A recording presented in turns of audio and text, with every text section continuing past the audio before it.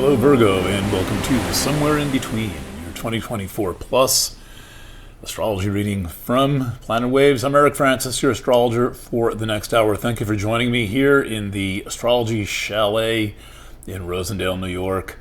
I am working in a new place and been doing these readings all week. I believe this is the 10th one.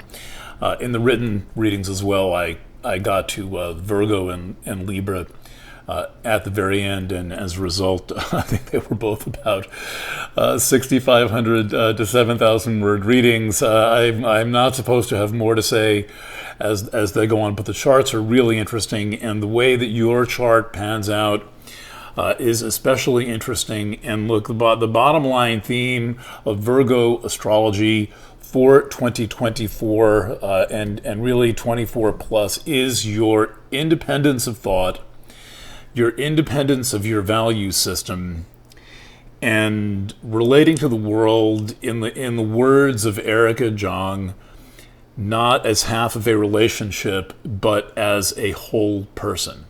Every last thing in your astrology confirms and affirms this, and yet here on Planet Projection, it is one of the most difficult things to negotiate. It's one of the most difficult things to navigate. It is not easy to come out of this hall of mirrors in which we are living and to genuinely be independent. It's arguable whether it's possible at all, but I think there are, as with many things, there are degrees, but then there's also the matter of intent and what you want from your life, and the extent to which you see certain aspirations that you have as being a function of your relationships, particularly your intimate sexual relationships, or you see them as being in some way separate from that. And it's difficult to know. And I realize that the matter of relationships is a very sensitive matter, and it's also something that is in many ways dependent upon personal karma and that of the people involved. And then, that is to say, other people besides yourself. And then we are living in this world where we are under the total influence of something that frankly makes religion look harmless and benign, by which I mean like organized, structured religion that's designed essentially as a form of mind control, and that is the digital environment. The digital environment is extremely difficult to navigate, and it is a dehumanizing environment. And so for people who want to remain human, it is necessary at least to understand the influence of the digital environment. I'm not saying that any of us can actually remove ourselves from it. I mean, we really can't, no matter where we go. We're unless you're on a mountaintop in the Andes, but still, you're still carrying the frame of mind with you. So this is something we have to negotiate, something that we have to navigate our way through. We have to do it practically every minute of every day. And it is because the nature of your relationships is so, and including your working relationships, is so heavily influenced by digital conditions and electrical conditions generally, that I just want to kind of concisely summarize that.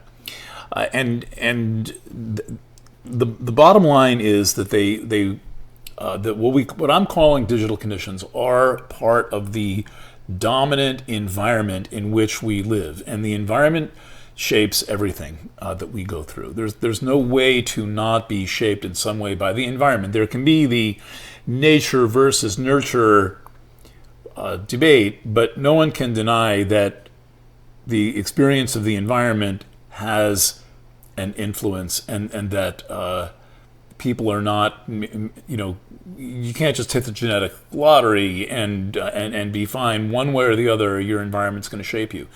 And so by environment, I mean that essentially with the Virgo solar chart. And by the way, this is a reading of your solar chart. I should do a video on reconciling your solar chart with your natal chart, but let me give a 1 minute plug here. It's not about astrology theory. It's about the ideas of astrology rather than the ideas astrology leads to rather than the astrological rationalization that got there. The astrology rationalization is merely a set of logical steps to get to a conclusion, but you can get to Woodstock by car, you can get to Woodstock by motorcycle, you can get to Woodstock by scooter, and you can parachute into the territory. A lot of ways to get to Woodstock and a lot of ways to get to Burning Man. So the question is not, oh my God, this is a reading for Virgo, but I've got Sagittarius rising, and I don't understand how to make these work together. Well, the question is, what's the outcome? What am I proposing or suggesting if you strip away all the astrology theory? I leave the astrology theory in because it's interesting to think it through, and this is an astrology reading product, but I wouldn't be saying any of this to anyone without a chart to go by.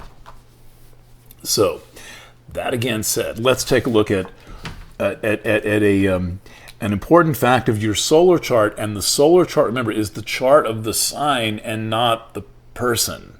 So we're reading the archetype, we're reading for the archetype of Virgo. Conceptually, you may relate, you may not, but remember, this is about the sign Virgo, not your personal chart, which is a whole other astrological instrument, and it is played differently.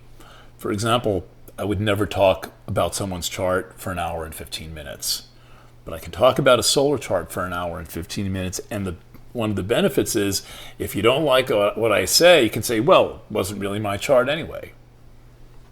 There you go.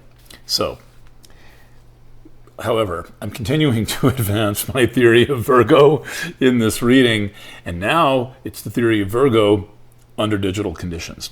So in astrology, there is something that my friend Annie Black came up with. It's a fairly simple concept, and it is, she calls it the zone of projection.